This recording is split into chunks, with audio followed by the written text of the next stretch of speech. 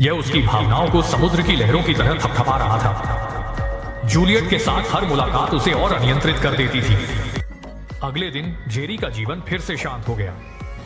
Juliet का phone call सब कुछ बदल देता है। उसने जेरी को अपने अपार्टमेंट में बुलाया। फोन पर उसकी बातों में इशारे थे। जेरी का दिल तेजी से धड़कने लगा। उसने बिना हिचकिचाए आमंत्रण स्वीकार कर लिया और जल्दी से उसके घर की ओर बढ़ गया। जूलियट चुपचाप बिस्तर के किनारे बैठी उसका इंतजार कर रही थी। उस पल जेरी का धैर्य टूट गया। कई दिनों की दबाई भावनाएं और इच्छाएं बाहर आ गईं। वह तेजी से आगे बढ़ा और जूलियट के सामने घुटनों के बल बैठकर अपने दिल की बात कह दी। जूलियट ने बड़ी कोमलता और शांति से प्रतिक्रिया दी और धीरे धीरे जेरी को सांत्वना दी। जैसे जैसे भावनाएं तीव्र होती गईं, पूरा कमरा एक अदृश्य ऊर्जा से भर गया और हवा में हार्मोन की गंध फैल गई। नैतिकता की सीमाएं जैसे बिखर गए कपड़े गायब हो गईं। उस रात जेरी और जूलियट के रिश्ते में एक बड़ा बदलाव आया, मानो समय ठहर गया हो। भावनाओं और इच्छाओं का उफान। अगले कुछ दिनों में जेरी का मन उलझन में था। वह उत्सुकता से आगे की योजनाएं बना रहा था। वह जूलियट को ब्रसेल्स में होने वाली बैठक में बुलाना चाहता था, लेकिन जूलियट ने कहा कि उसने पहले ही ग्रे के साथ पेरिस जाने का वादा किया है।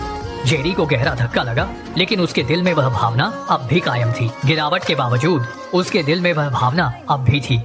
बैठक में जेरी का ध्यान बिखर रहा था। उसकी कलम कागज पर बेतरतीब रेखाएं खींच रही थी। अधूरे चित्र और जूलियट की छवि उसके मन में समा रही थी। जूलियट की हर हरकत, हर नजर उसके दिल में गहराई से छपी थी। ये अवास्तविक कल्पनाएं उसे और अधिक डूबने पर मजबूर कर रही थी। वह खुद को रोक नहीं पा रहे थे। बैठक के बाद बिना आराम किए पेरिस के लिए रवाना हो गए। फोन पर उनकी आवाज में बेचैनी और अधीरता थी। इसने जूलियट को उसकी मीठी नींद से जगा दिया। वे पेरिस की एक सुनसान गली में मिले। जेरी की भावनाएं जलती हुई आग की तरह थीं। उनकी भावनाओं ने दोनों को एक दूसरे में खो जाने पर मजबूर कर दिया। जैसे ही उनका जोश ठंडा हुआ, जूलियट ने ठहराव पा लिया और ग्रे के पास लौट गई। जेरी की भावनाएं शांत नहीं हो पाई थीं। उसकी इच्छाएं और भावनाएं उसके साथ बनी रहीं। वह उनसे मुक्त नहीं हो सका। उस पल में जेरी को एहसास हुआ कि वह भावनाओं के भंवर में फंस चुका था। वह पूरी कोशिश कर रहा था, लेकिन उसकी आंतरिक इच्छाएं उसे रोक रही थीं। उसके लिए इस रिश्ते से मुक्त होना असंभव हो गया था। जेरी ने जूलियट के पास के एक होटल में खुद को ठहराया। वह खिड़की से चुपचाप देखता रहा।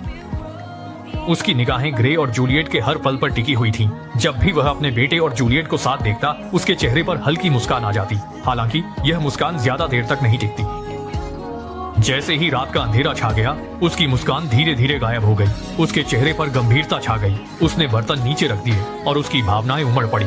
यह अदृश्य पीड़ा जैसे जहरीले सांप की तरह उसके सीने में लिपट गई। धीरे धीरे उसकी सारी समझ और आत्मनियंत्रण खत्म हो गया। उसने खुद को कसकर पकड़ लिया।